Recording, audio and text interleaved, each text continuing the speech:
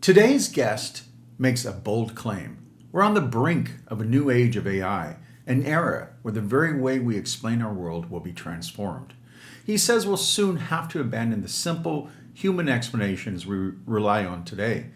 Imagine this: only AI will be able to tell you why you didn't get that job, why a judge handed you a 10-year sentence instead of two, or why you will die of cancer in the next 6 months.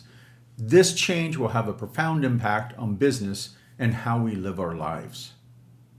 There is safety and security in thinking the world works by the intersection of large, eternal, universal principles, but that's nowhere near enough. AI is showing us the importance, the risk, and the gigantic opportunity that recognizing the role of great swarms of interacting particulars where everything affects everything else all the time.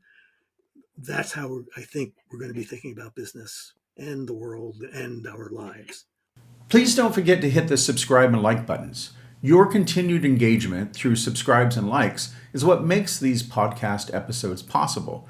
We have a number of exciting episodes coming up that tackle topics such as AI safety and AI and the enterprise.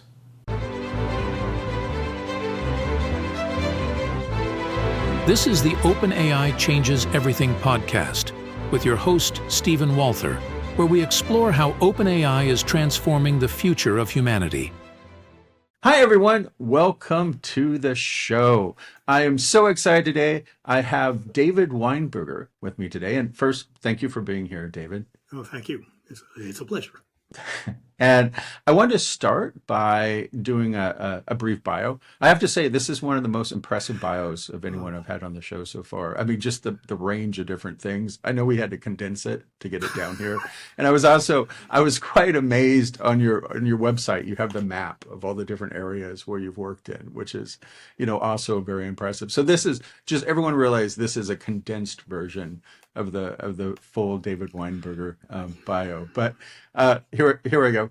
David Weinberger writes about the effects of technology on our ideas about ourselves, our world, and our businesses. For the past six years, he has been focused on the implications of AI. To this, he brings a PhD in philosophy, years as a college professor, and 40 years working with tech companies on their strategic communications and product design. He achieved early notice as a co-author of the book, The Clue Train Manifesto, a seminal work in internet business and marketing, as well as 4 other books about the effect of tech on our ideas. He has been closely affiliated with Harvard's Berkman Klein Center for 20 years and is a researcher at Harvard's Meta Lab. He's been a Shorenstein Journalism Fellow there and led Harvard Library's Innovation Lab for 4 years. Most recently, he has twice been a writer in residence as a consultant to the Google Responsible AI teams. His most recent book is the award-winning Everyday Chaos, which presents a unique perspective on the rise and importance of machine learning. All right. Again, thank you for being here today. Oh, thank you. Well, I'm just going to dive right in. So I should say I've had a lot of fun reading through your books, your articles, a lot of stuff. I've been arguing with my family members, with friends. We've been going back and forth. It's been a great discussion. If I can strew disharmony in families across the country, then I've done my job. That's awesome. Yeah, you definitely have. So that's been great. Okay. So I want to start, your work, we'll get into in a moment, but, it talks about so many changes AI is bringing. I know you got your start talking about the internet very early days. I was looking at sort of the early stuff you were doing in the 1990s, which is very cool. And I was curious, I mean, what kind of drew you into sort of the topic of technology and more recently AI? What got you refocused on AI? So refocusing on AI is the easy part because the hard part is explaining why I'm interested in technology and in particular how it affects how we think about things. And I don't think I have a good answer to that. I just am. Yeah. And bunches of it give me just exercise some muscles, although I'm mainly flab, but muscles that I enjoy, and maybe not much more than that. Why AI? Because it seems clear to me that it is going to be the dominant technology of the age. We're going to name the age of AI. Yeah. That seems pretty clear. And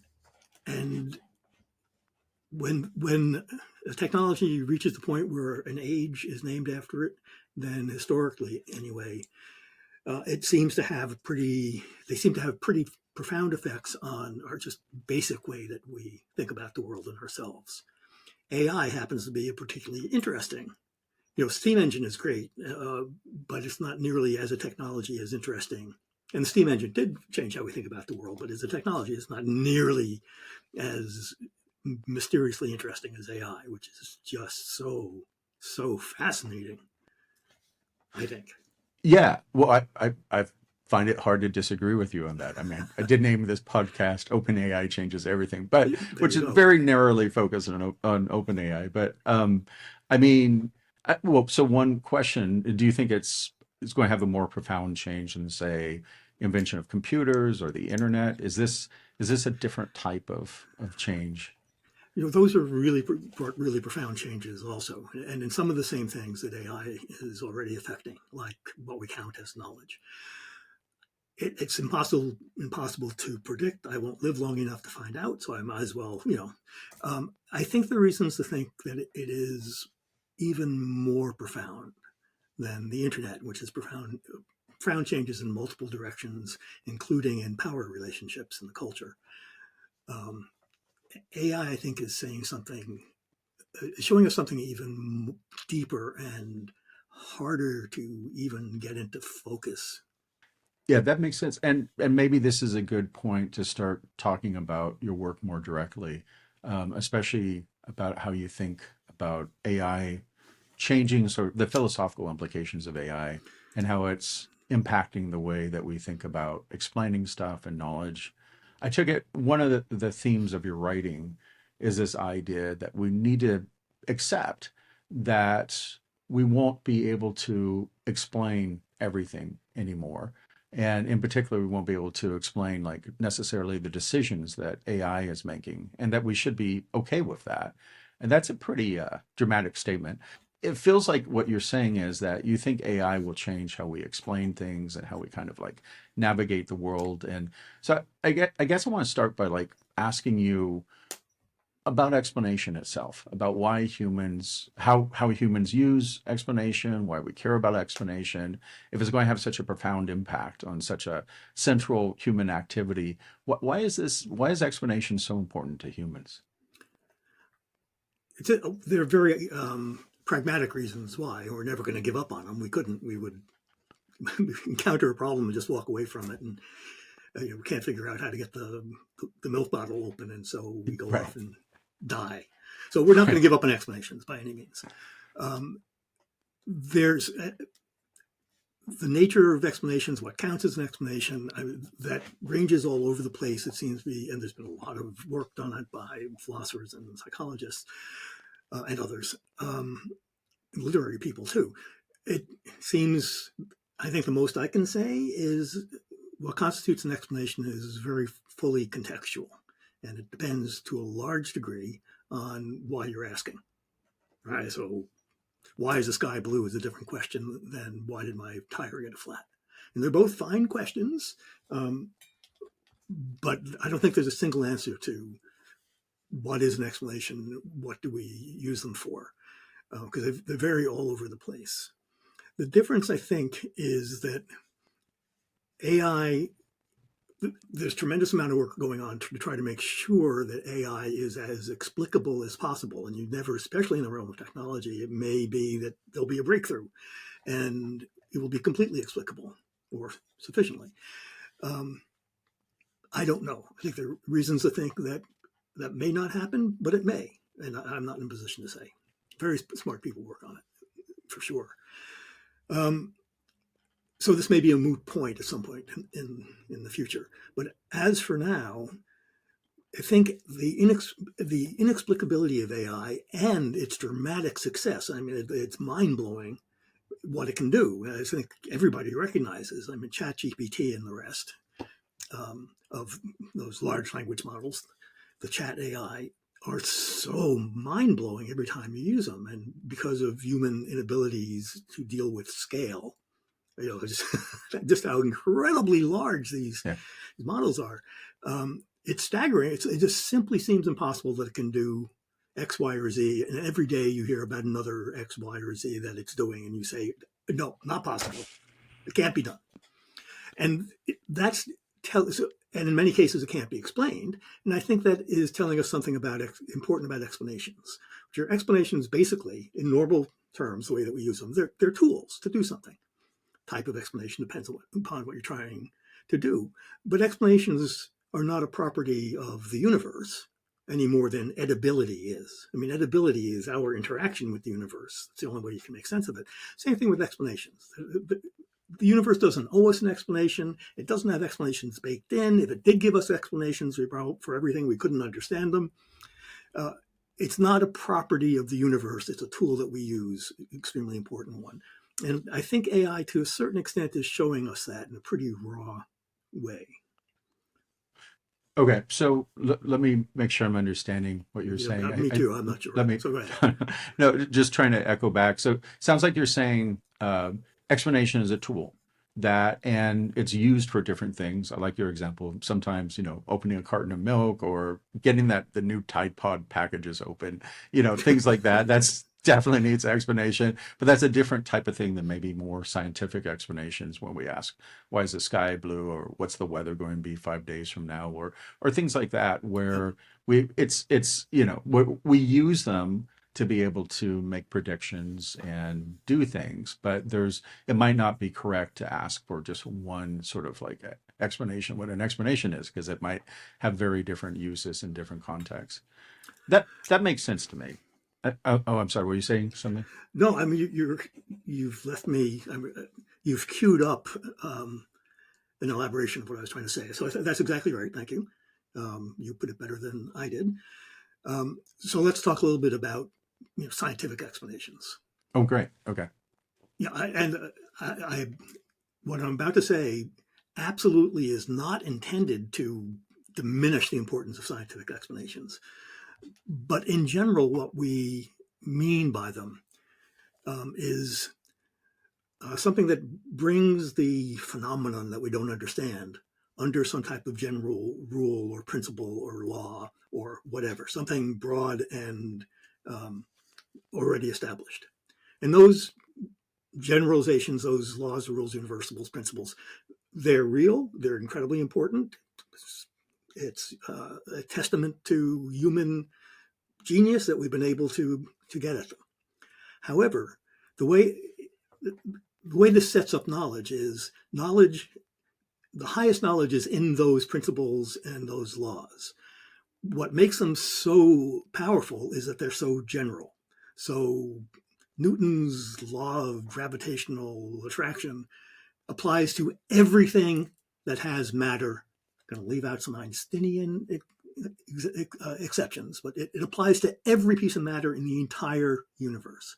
It's incredible, and basically everything that we deal with has matter in one way or another, but it's not quite true enough for now. It works because it applies to everything the same way. And that's true for generalizations elsewhere, for example, in morality, moral principles, or methods of moral frameworks in general. Generalizations or words. I mean, words are generalizations as well. I mean, this word plant applies to a gazillion different types of plants. Right. And generalizations work by removing what makes the things within its category, within its grasp, removing everything that makes them different and focusing on the thing that makes them the same. Incredibly powerful, tremendous amount of truth in that. But it means that if that is the primary way that we seek truth and knowledge in generalizations, that means we're throwing out a tremendous amount of information. And that information is about what makes each of the particulars that come under the general rule, what makes it particular, which means what makes it different. Not the same. The generalization looks for what's the same. But that means throwing out what makes things different. And the way that machine learning, which is generally what I and now the world mean by AI, right? When we talk about it, we're generally talking about machine learning. Machine learning works by not having any, we don't give it any generalizations. We know a whole bunch of stuff about whatever the domain is, whether it's weather or predicting health. We know a lot about the body, about the atmosphere. We don't tell it anything. We tell it nothing. We know there's a correlation between smoking and heart disease. If you're trying to do build an AI model for predicting heart attacks, we don't tell it that. We don't give it anything general. We just give it lots and lots and lots of particular data. And freed from the need to start with or to end up with generalizations, AI is able to put together something like a picture, unintelligible to us, but something like a picture of the world that retains what's particular and individual about all of the examples it's drawing from. And that's why it's able to do a better job. Because almost done. It turns out there is more truth in the particulars than we thought back when we thought, oh, nope, just look at what they have in common with other things, put it under a general law, and we can get a lot of knowledge out of it. We can, but we're getting much, much more now by attending to the particulars, letting them speak, not taking away everything that makes them unique and makes them into particulars. Okay, that's it. I'm done. No. Well, no, I think this train of thought worries me. I'll get to that in a moment, but I think it also might be right. But maybe before we talk about some of those issues, let's talk about chicken sexing, because I think. Why do you keep bringing that up, Stephen? Every time we talk, that's all you want to talk about. Please go ahead. I mean, can you tell? Because I think actually chicken sexing might it brought. I mean, I don't know. It brought it home to me. You really need to say what that phrase means right now. Okay. No. I'll leave that up to you. You can explain the chicken sexing thing. I used it as an example in a book. It's a relatively well-known example in philosophy because it raises questions about how we know. So this is all true, as far as I know. I mean, I looked into it. We need to be able. Chicken farmers, especially at an industrial scale, need to be able to tell male from female chickens because they're going to. Basically, they take the male chicks, newborn, hatched male chicks, and put them through a grinder because they're looking for egg layers. A male chick. Okay. Oh, it's not good. Yeah. And so there are people who can look, they hold up the chick, they look at it, and they can tell what sex it is, but nobody knows, including them, how they know. People, among the world's worst jobs, I would assume, doing that all day. Okay. That's a separate conversation. I mean, you can. Anyway. I think you can do it seated, so. Oh, okay. That going on. All right. Well, okay. It is sort of, and chicken sexers get incredibly accurate at this. I mean, like 99% or above. But they cannot tell you. And so the way you become a chicken sexer is that you are an apprentice, and you work with a master, and you randomly pick up a chick and you say male, and the master says no. Pick up the next, you say male. Oh yes. Female? No. Female? No. Female? Yes. And you do this for a long time, and your brain learns how to tell the difference, but your brain cannot translate what it knows. So this destroys, for philosophers who care, who are studying knowledge and who are committed to the idea that knowledge is the fundamental and most important and human thing, and if there's a structure for being able to justify it and explain it, because knowledge and explanations frequently go together. This is a terrible example. It's a conundrum. But it's real, and I think it applies way more widely than to chicken sexing. It applies to my reading the face of someone I know, and I can't tell you. I know I've been married a long time, and I know often what my wife is thinking about without knowing. And I couldn't tell you exactly why. I could maybe give you a few hints, but I don't know why. I can read her face. She does a better job of reading my face. It's really common. It's unusual when we have explicit knowledge and can explain things fully. Chefs, cooking for most people is a matter of chicken sexing. I mean, it's you know when it's about right. And maybe you can't tell exactly. Sometimes you can. Maybe you can't tell, but got it. Oh, yeah. That's perfect. Right. So this Yeah. is a common thing. It also has, I think, a great deal of application to how machine learning learns. So let me try to summarize this here because I think there's well, hey, I think this is important for. I mean, so I think that the general premise is that for most of the stuff that we know, we can't express it, we can't articulate it, and that's actually the most common way the universe works. There's a most things we can't give a really simple explanation for.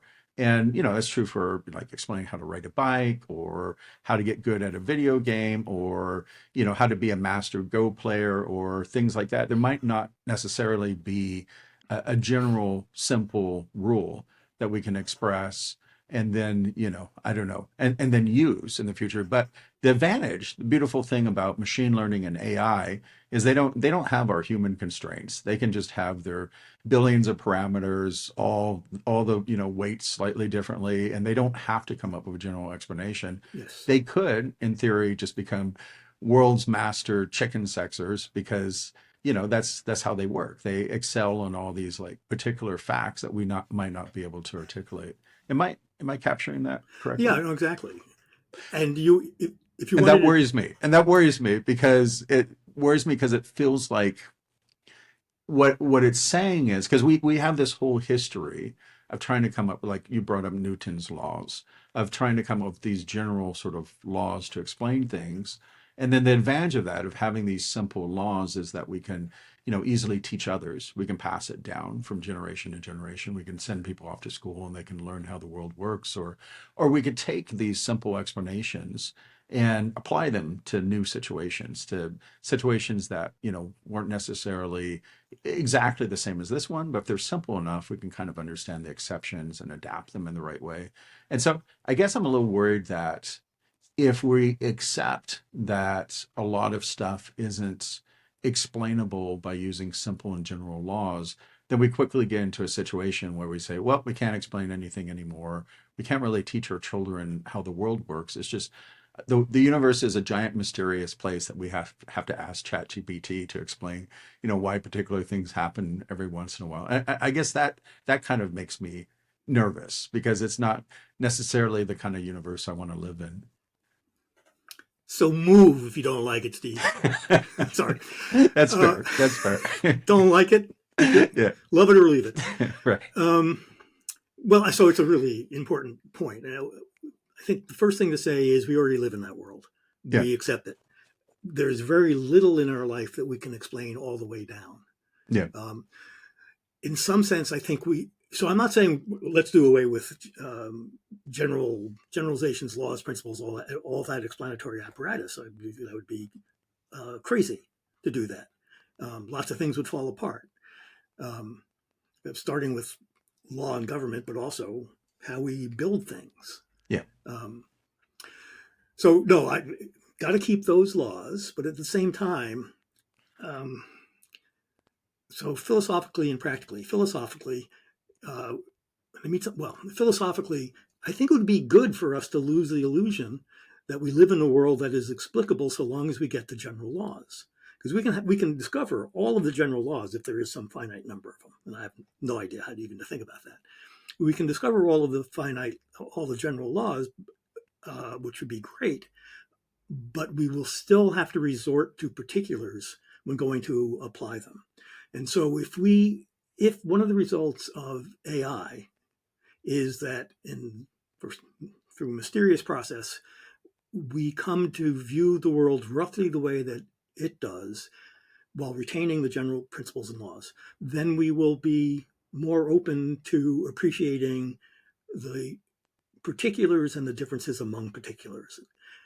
I think that would be really helpful and healthy. You're worried. Yes, I'm worried about the universe we're inhabiting if we're living in a world where we can predict things, but we can't explain things anymore. Well, we're already in that universe. There's Yeah. very little that we can actually explain, even at all, but basically nothing we can explain all the way down. If you have a young kid who's playing the why question game, you know that.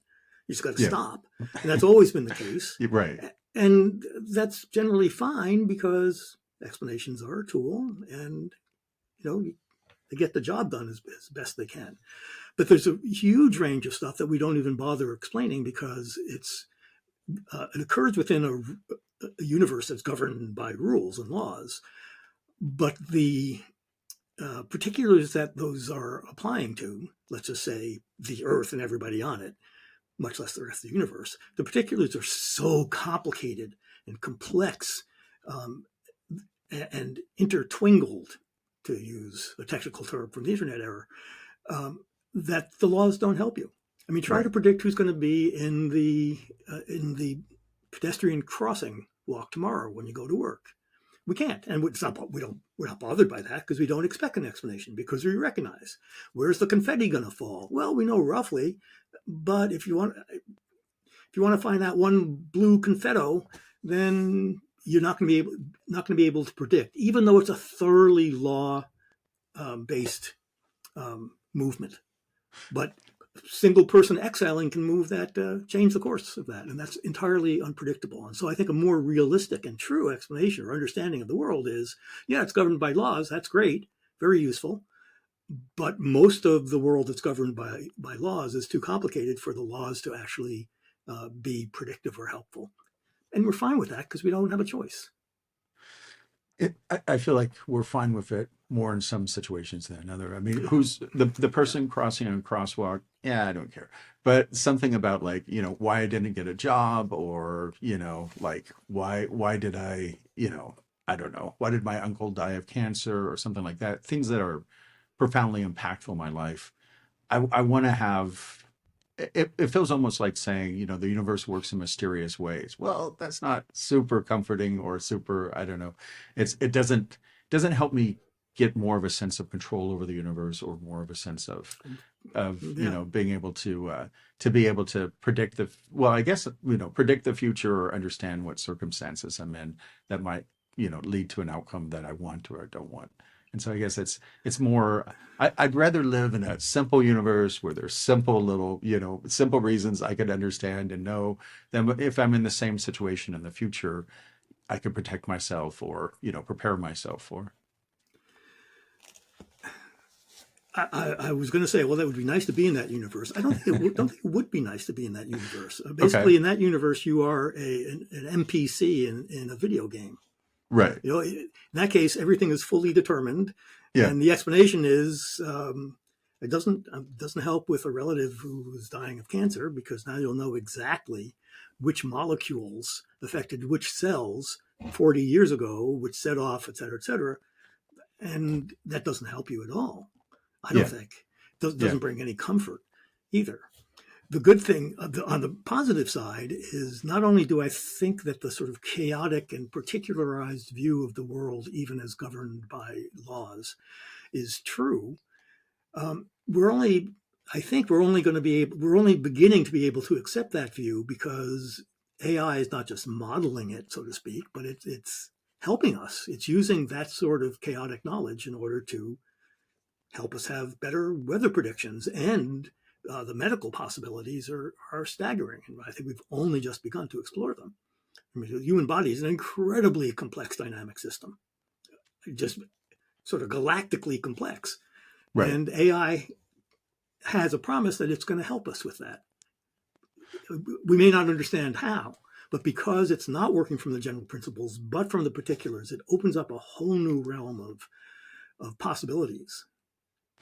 Well, let's dive in a little more on the whole issue of if we can't expect explanations of stuff anymore from AI, not everything, but some things. Yeah. If some important things we can't really ever expect AI to explain, because it's using, as you point out, all these particulars, all this random, flurry of events and everything to come up with its predictions of outcome. How can we trust AI, especially as some of the stuff we just talked about, and sort of, questions about, like, criminal justice system, which we're using AI right now. I know Compass, for example, got into a lot of trouble because of, there's all these controversies about how it's handling sentencing. And I know there's, questions about hiring decisions. I was a product manager at Indeed world's largest job site. We, used AI for hiring. We were very sensitive about the way we used it because worried about, bias and all sorts of creeping in decisions that are coming from not necessarily being explicitly sexist or racist, but there's all that stuff in there. And then, like we just talked about, medical diagnoses, where making big life decisions, like about a mastectomy, for example, or something, or something that's really important. Do you think that we could actually, I mean, how are we going to get to the point where, because if I understand you correctly, you're saying, you'll go to a doctor and the doctor will say, yes, you should have this operation. And we'll say, why? And the doctor says, I don't know. The machine told me to. And I trust the machine because its predictions are very, very good. Are we going to be able to, like, I don't know, navigate a world like that? It seems like it's just going to be incredibly challenging when we're giving so much trust over to our machines versus having an explanation that we can understand. So we generally give our trust over without, we act on the basis of trust that we have not explored all the way and that we cannot explore all the way all the time. Take AI out of it. Our doctor says, you looks like you should be, you're headed towards a heart attack, buddy. Yeah. And you say, no, I'm not, because I don't have any of the indicators, and the doctor but can't explain to you the blood work analysis that has led them to say this to you. And generally you say, yeah, okay, I mean, I trust you, doctor. In the case of machines, when the doctor says the AI says this, and you say no, I presume the doctor will say, well, it says there's a 70% chance you got a heart attack or a mastectomy coming up within the next 5 years, and you protest.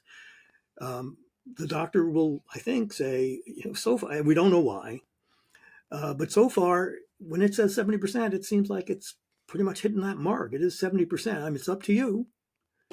And after a while, and I think pretty quickly, once these machines prove themselves, we'll just nod the way that we nod at a report from our blood work when we don't understand anything at all about the blood work. Right. I guess that's fair.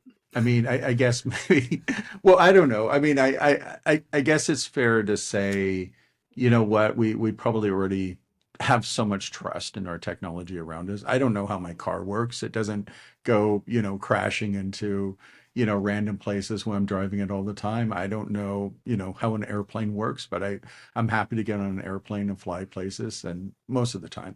And so, I mean, I guess we already have an incredible amount of trust without having a lot of explanation for things. And I think another thing that you do is you also point out some of the advantages for giving over more trust, and without necessarily understanding, how everything works, to AI. I know you wrote an article recently. AI has a revolutionary ability to parse details. What does that mean for business? And you talk about some of the advantages of fully embracing this new world that you're describing, where we're allowing AI to make decisions where we don't necessarily fully understand it. Can you talk a little bit about that? Yes. So the point of that article, I think, is actually a much broader point, which Okay. I'll make quickly and then Yeah, talk please. about the specifics. But the article, which I co-wrote with Michaela Zanini, is actually about how the idea of AI could change business. So we'll all be using AI if we're not already. That's not what it's about.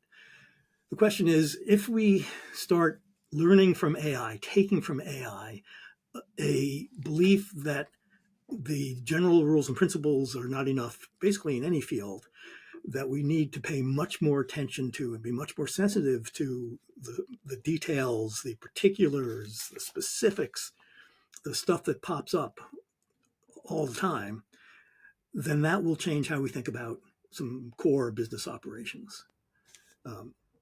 So one example is strategy. Strategy is very new in the world. It's basically 200 years old, a little bit older, for war. the way we think about strategy is like 250 years old, and applied to business, it's really started in the 1960s. So this is an unbelievably young Yeah. idea. That And actually, it, that was a really surprising section of your book. I it, enjoyed it that section, but yeah. and the fact that applying strategy to war in the 18th century,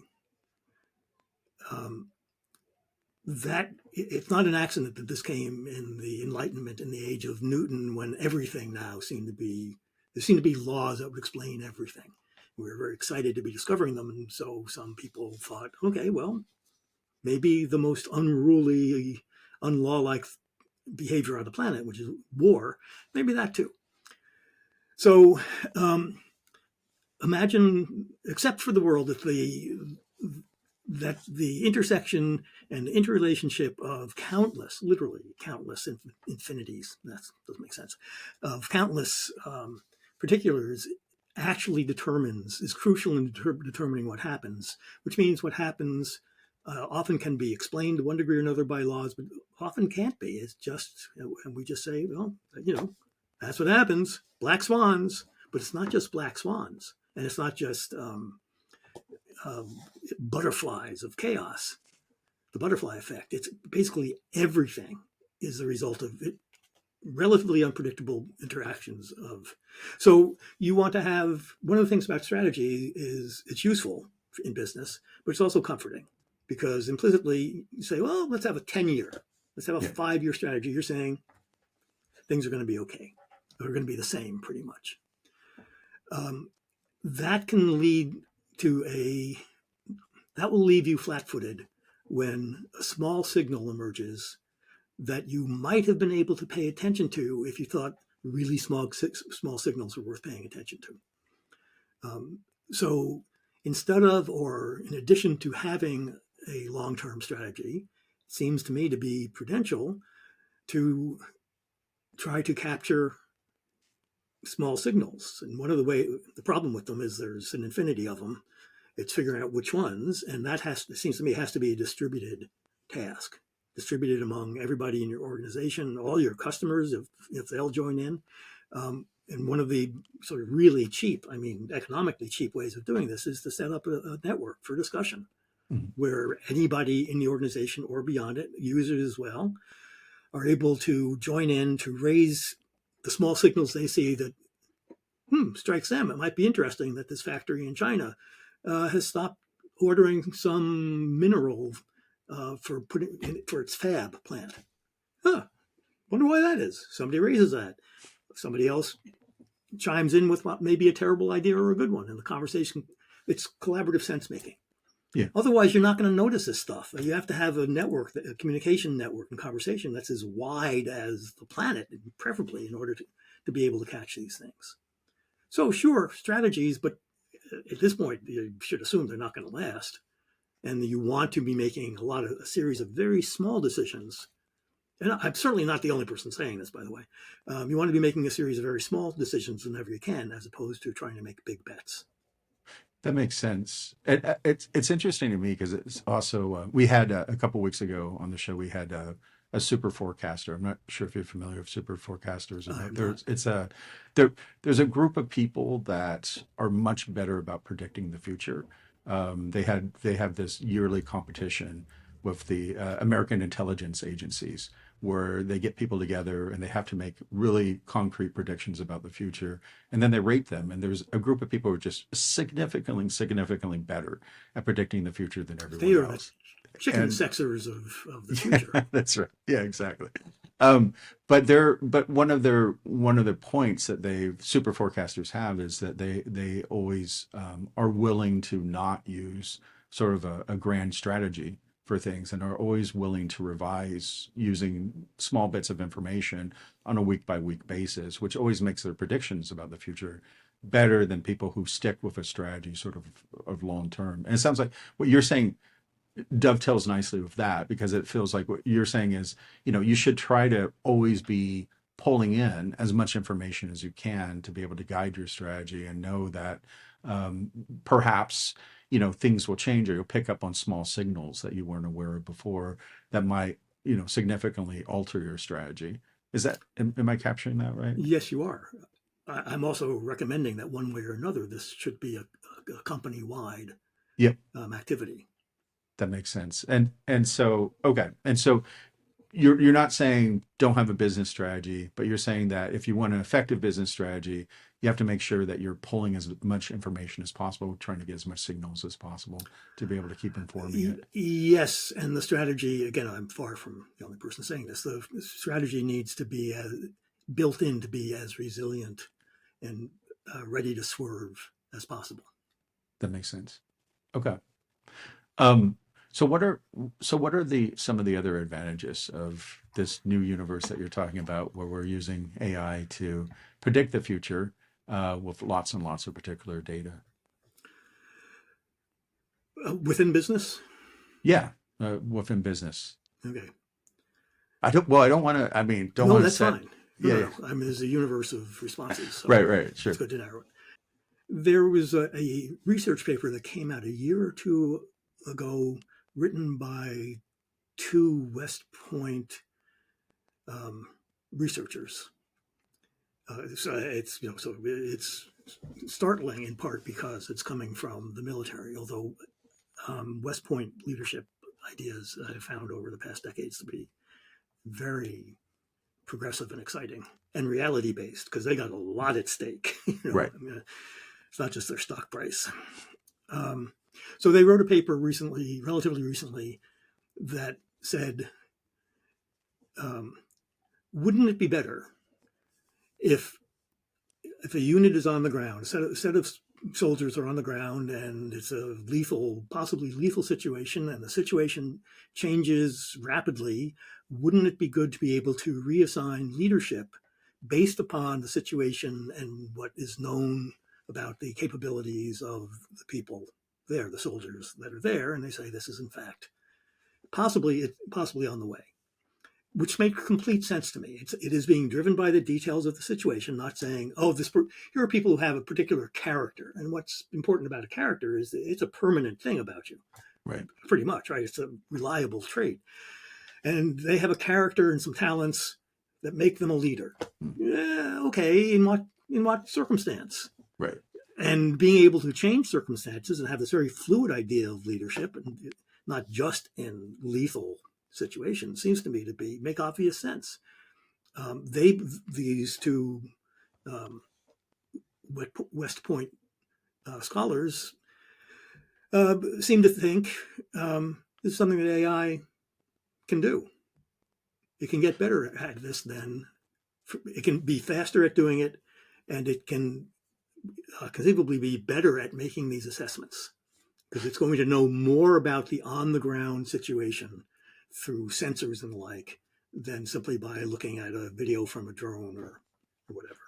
So is the idea that, I've heard before, wartime leaders are different than peacetime leaders, or in certain business scenarios, you might need a more aggressive stance or less aggressive stance. So the idea is that you would sort of promote people to leadership, the right person on a team, depending on the circumstance that you're handling. If all of a sudden, just to get back to the business case, if your product is there's something disastrous going on because of a bad, you might put the marketing person in charge of the team for a while because they need to be able to ensure that this product can survive, sort of this bad marketing thing happening. If there's a more technical engineering thing that's going on, you might promote someone who's more of the engineering manager. Is that the right way to think of it? Yes, except that the authors of this article are suggesting that it be more dynamic than that. I mean, the person on the product team who's good at product design or reading the market may be terrible at crisis management. Right. There's no reason to think the person would be the right person. So you have a product manager. Instead of thinking about the product manager as a position, think about it as a role that the jobs that the product manager is doing actually consist of a set of roles that may change and pretty rapidly. It may be, in the morning one and afternoon it's another because things develop quickly. And so I think one of the ways of envisioning how this might be instituted is, you need lines of authority for lots of reasons. So you have a project lead, but who runs the morning meeting if there is one? Well, that depends. And I don't know, maybe the project leader says, okay, who has an issue, and that person takes over, or maybe the AI, which knows in many ways will know things the rest of the people don't because of its wider grasp, and its may suggest that, okay, let's just, the leader to be assigned for this meeting or for this week should be so and so. Why? Because that person has demonstrated one way or another traits that would work better. So it's not a position, it's a role that people assume. Right. That makes a lot of sense to me. Although I'll just leave it there. It makes a lot of sense to me in a lot of circumstances. But that's being driven by the specifics of the situation. That leadership is not a permanent property. And we see this all the time. You see a leader who's great at one thing, who's a CEO of a company who is terrible at another, and everybody suffers because of it. Right. And I think you give another example around talent management too, which I thought was interesting. No, it's closely related, but it extends it to.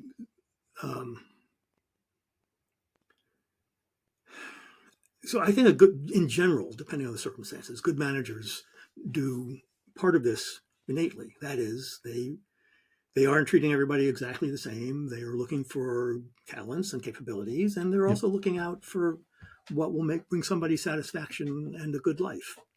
And they're looking for opportunities for that person to exercise those talents. This is looking way out ahead, but if the idea of positions gets overwhelmed by the idea of transient roles, situation-specific roles, then when you look back over your career, at some point in the future, you will not be saying, first for 5 years I was, and give your job title. Instead, you will be thinking about it and putting it forward as a series of capabilities and opportunities, talents. Yeah. Which is not only a different way of presenting yourself for hiring. Well, I do want to come back to that hiring for 1 second, in a second. Not only a different way of presenting yourself when you're looking for a job, but it'll be a different way of thinking about the path of your life, which will seem much more branched and curvy. Can I say something about the hiring process? Yes.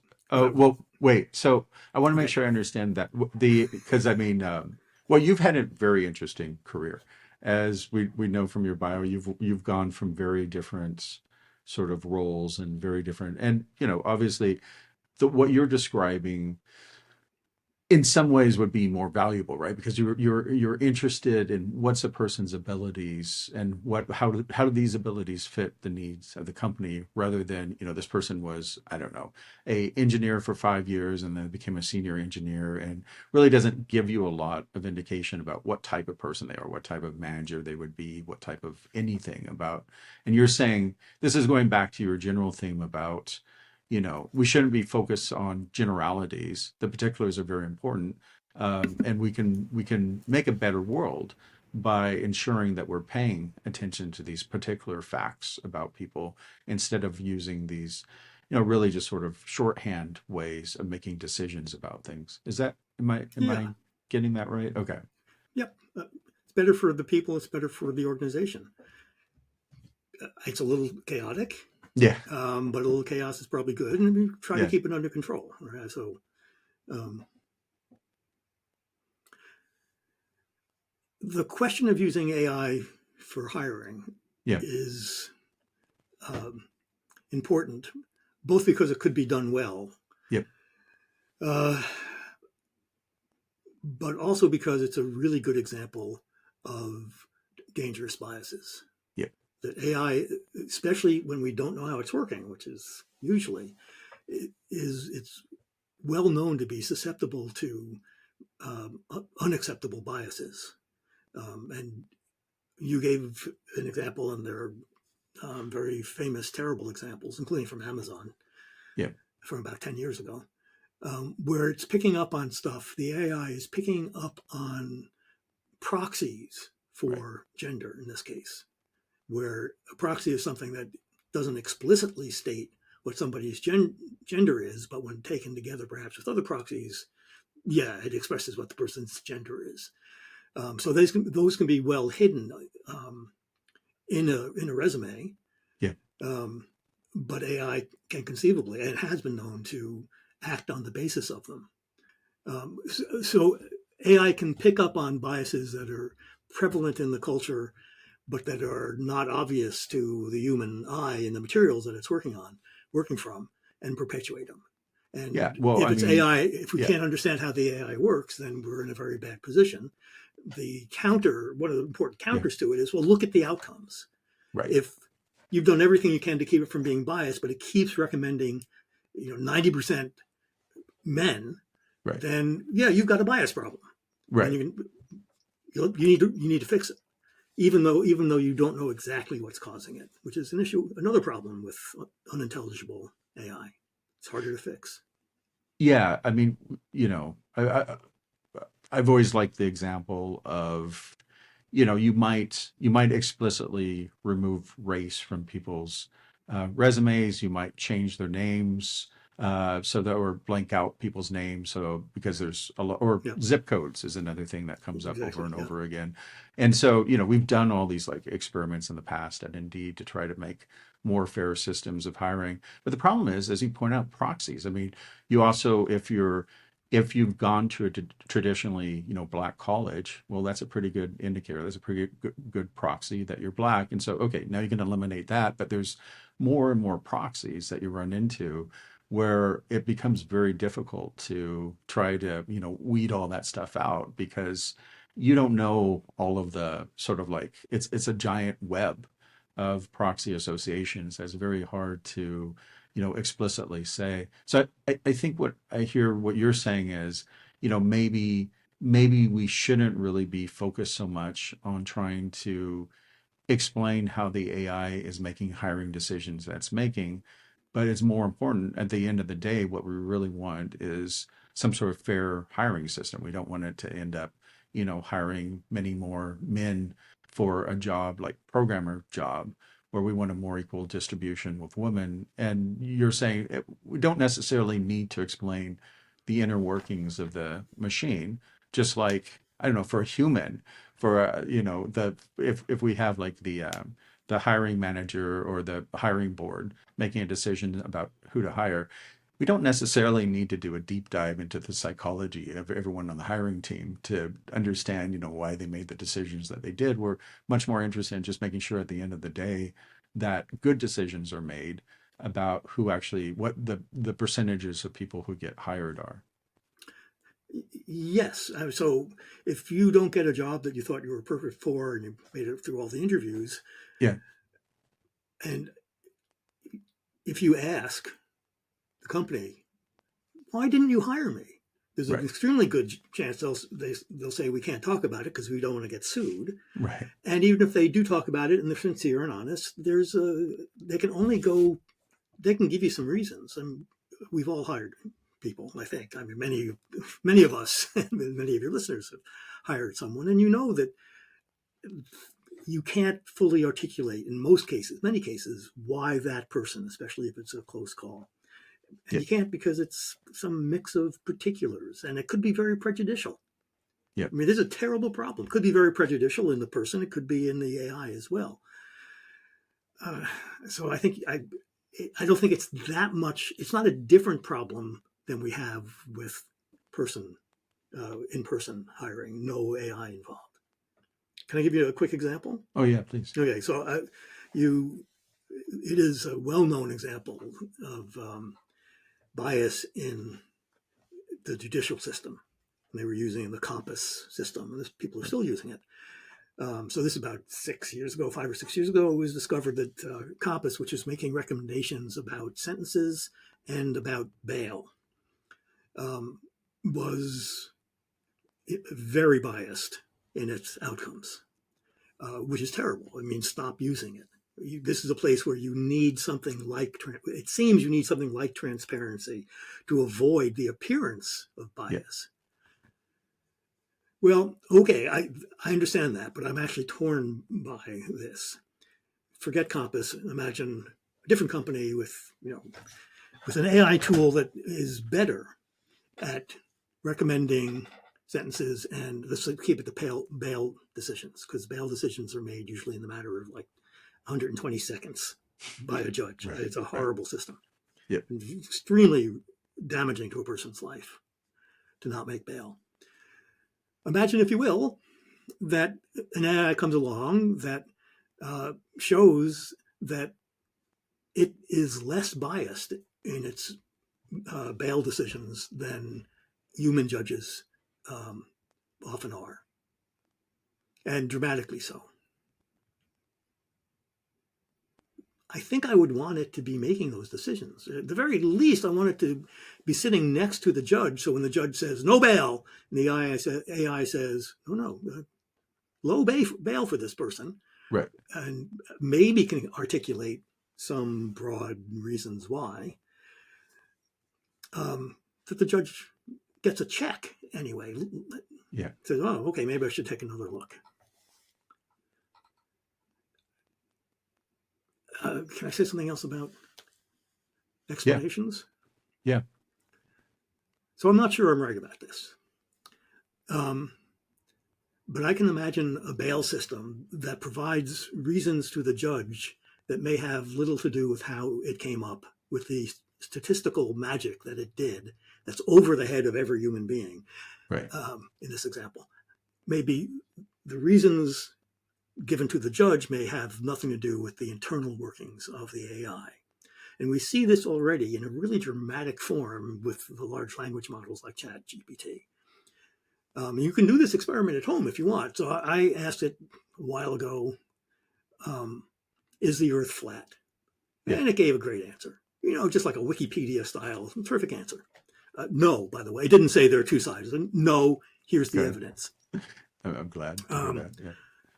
So I asked for further reasoning. I really make the case, and it gave pretty solid set of reasons, starting with horizons, curved horizons. These people are crazy. I don't know. Right. We've got rocket ships going around, but really solid set of reasons. Yeah. Some of which were too scientific. I didn't understand. Great. That's what we want, right? That was very helpful. But it's a large language model. The reasons it gave had nothing to do with the reasons why it actually put together that answer. It put together that answer because of wildly complex calculations based upon word nearness statistics. Didn't know anything about any of the sentences that it put together. It just knows symbolic tokens for words and massive computational effort in a gigantic multi-dimensional space. Yep. It staggers. It overwhelms the imagination. The reason it came up with that answer had nothing to do with the reason that it said, no, the Earth is round or roundish, had nothing to do with the explanation that it gave for that belief. Right. Right. And I mean, so I've heard, of course, very different things depending on who I've interviewed, but I mean, bring it back, I think, to the current conversation about the way that we want to use AI to predict the future, and what's actually happening through the reasoning process. If we're comparing like how a human makes a hiring decision versus how an AI makes a hiring decision, I mean, I think it's reasonable to say, look, I mean, we don't necessarily have to understand how humans make hiring decisions either to know whether there's bias happening. I mean, the EEOC is quite happy to look at, percentages and what percentage of people you hire to start saying, there's something amiss here, and we need to do something. We need to start doing some investigating. And so I think your suggestion that we do something similar in the case of AI, sort of, divide this question of like governance and sort of policies for how we want our AIs to behave from the inner workings of the AI, I think makes a lot of sense to me, because it feels very much like what we're already doing with humans. We have external bodies who are making sure that people aren't making biased decisions. And I think that's what you're advocating. Yes. Okay. Yeah. And I mean, the only thing that worries me is one of your examples. I have to bring it up because I think it's one of my favorite examples from, you have it both in your book and in the one of the article that you had in Wired as well. But the example of self-driving cars and how complex, because I hadn't really thought about all the trade-offs involved in self-driving cars.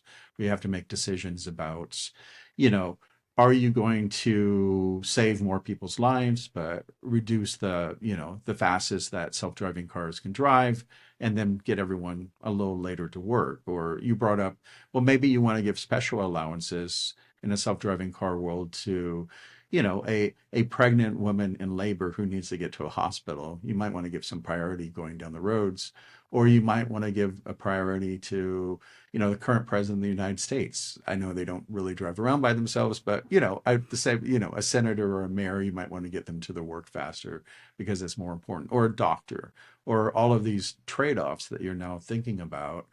And that was an interesting section to me because it felt like an infinite number of trolley problems, right? Where you're trying to make these trade-offs, these ethical trade-offs around what you want the world to be. And I liked what you said about, like, you know, really, it shouldn't be tech companies. Google or Microsoft or Meta shouldn't be making these moral decisions. I mean, it's really not. I hopefully, you know, I've ran product teams at Microsoft. It shouldn't really be a decision that's coming to me, you know, about making decisions about who gets to live and who gets to die. That should be a social, that should be a government decision. That should be a matter of politics. That makes sense to me. But I guess the one worry I had was, it just seems like what you were highlighting there was just the vast number of trade-offs that there are and all these decisions that have to be made. And I guess I was trying to, like, get my head around, how could we actually, how do we handle that when we get to that level of complexity, where now we're really just sort of surfacing, you know, assumptions that we've made in the past, or things that we haven't really, you know, thought all the way through, but now we have to make all of these decisions, make decisions about an infinite number of trolley problems. I don't think that we are, as humans, able to make those decisions. Yeah. I'm sure we cannot agree about them. Yeah. I mean, yeah. So do you drive into the nun or Right. the 85-year-old wastrel? Right. You know, uh, and we're not going to be. I don't think we are ever going to be able to decide that sort of thing. So we simply won't. We may make some exceptions, um, but I'll give you like the woman who's in labor.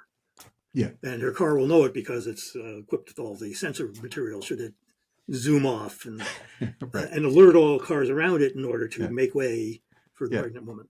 Yeah, maybe we'll do that. Or, you know, Yeah. but getting to any level of detail, including should senators get to their work faster? Yeah. No, we're not going to. I can't imagine. Um, there is. I'll give you a really troublesome case where I think we do have to make a decision.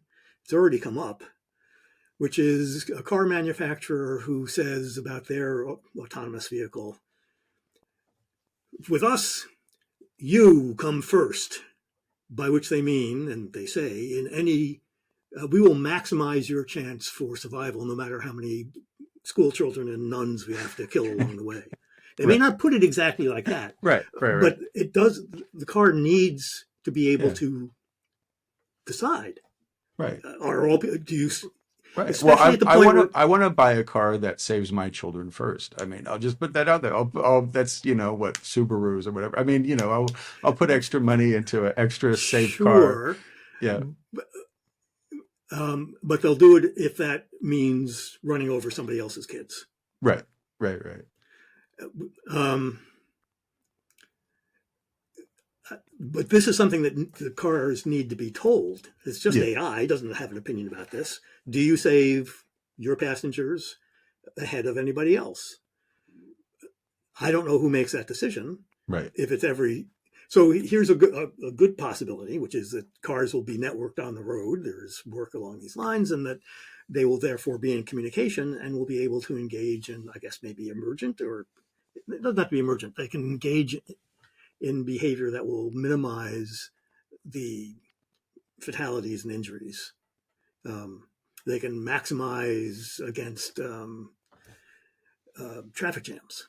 Yeah. But more dramatically, a car, flips or something for some reason, who knows what, and they're able to decide. You go left, I'll go right. We'll make sure that it lands in where there's no school kids or nuns, and we'll minimize. In an environment like that, which I would like, I would like to see this collaborative sense making by cars. Then the cars have to have an agreement about whether they are going to screw everybody else's the whole plan because they're going to save their rich privileged driver. Right. I may be loading up this example some, but No. I think it's a great example though, because you're right, because the natural thing for each car company is going to try to maximize the value of the car to get more customers.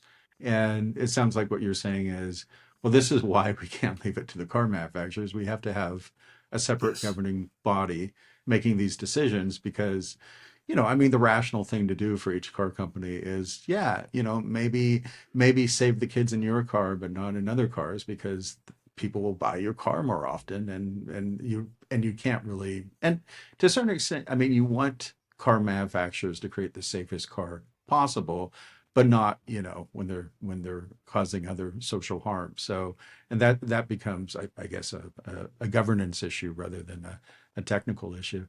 I guess it's challenging to see, because I feel like, and I feel like you do a great job of this in your book, talking about how much of our everyday sort of way of living, it just kind of arrived, right? We just kind of came to this way of living in the world, and we didn't make explicit choices about things like speed limits and some of all these trade-offs that we're making.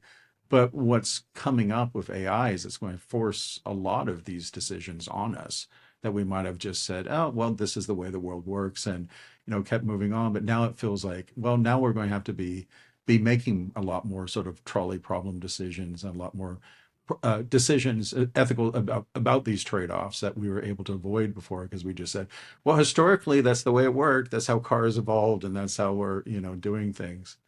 So I guess, am I getting that right? Yeah, absolutely. It's going to force decisions on us that we are actually not prepared to make, and that's going to be troublesome, but we're going to have to do it. I'll give you an example from the world of hiring. Let's say it turns out you have your newer AI, and it turns out it's hiring way more men than women. Yeah. And so you look at it, and the person in charge of the AI will say, well, there's an easy way to fix this, which is we can tell it what how confident it needs to be in order to put somebody an applicant into let's have them do a human interview class.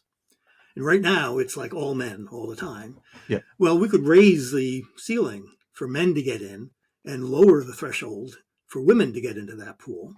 And we can play with that. We make it 50-50. We make it 90-10 women to men if you want. Right. Which nobody wants, I don't think. Right. But, well, maybe. Anyway. And then the company has to decide, well, okay, what's fair? Is it fair to make it harder for a man to get a job? Isn't that reverse bias? And likewise, the same thing for false negatives, as well as especially for false negatives. And furthermore, you have to say, okay, we're willing to adjust the thresholds. Maybe you are. How much? What's an acceptable amount? What would you count as a fair result? What percentage? And we're not used to having to specify this sort of thing. Right. It's going to raise very difficult ethical problems that have always been there.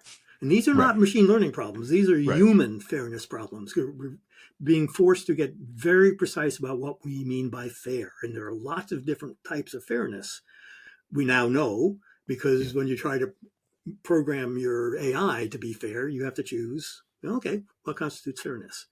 Right. It's a really good I'm glad the humans are going to have this discussion finally, but it's not going to be an easy one.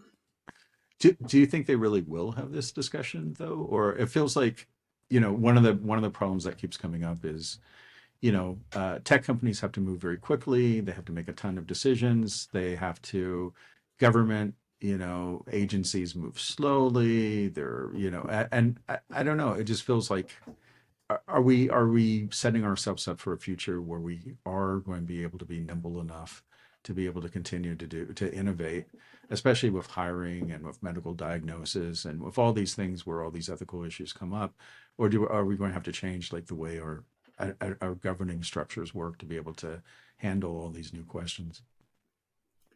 We probably have enough government structures in place to do it. How well they'll do it is a different question, whether they'll be willing to do it. I have no idea. The manufacturers, the creators of the systems may just make the levers and switches available to the company and say, it's not our business to decide. Yep. There are 6 types of fairness that we could program this for, and you can just turn the dial Right. and do that. In fact, Google has an analyzer for doing that. Give us your model or use this tool, and you can set, I think, 5 or 6 different types of fairness and see how the model does. Interesting. Which one? Right. But that's not our business to decide what's fair. Right. Right. No, I don't know how it's going to go. I admire the humility of that. Yeah. Well, so let me ask a final question. So what do you think, what should business leaders take away from this conversation? What do you think is, like, in terms of the work you're doing, the future impact of AI, what's the most important thing that you think a business leader should be thinking about now? I'm going to take it for granted that they're already thinking about how to use AI as a tool in various aspects. Probably the first thing they should think about. But longer term, if it's true that our dominant technology shapes how we think about the world and how it works, why things happen and how they happen, then we should be ready for some fairly large changes in how we think our business works and how it can and should work in the world. Well, this will show up, I think, in lots of different aspects of the business, from strategy to supply chain management, very chaotic environment to begin with. And I hope that the lesson that we take from this new vision that I think AI may be giving us is that there is safety and security in thinking the world works by the intersection of large, eternal, universal principles. Yep.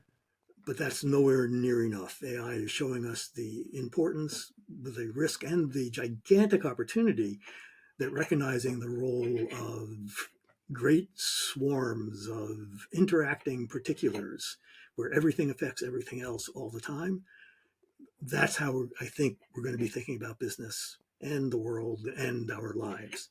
I think. But who knows? David, it's been an honor to have you on the show. I've been really excited.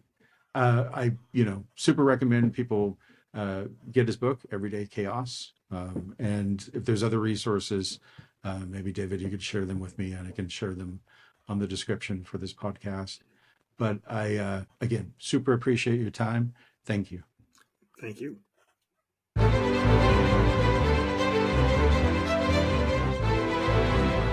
Thank you for joining us for the OpenAI Changes Everything podcast, where we explore how OpenAI is transforming the future of humanity. Please remember to subscribe to ensure that you receive future episodes.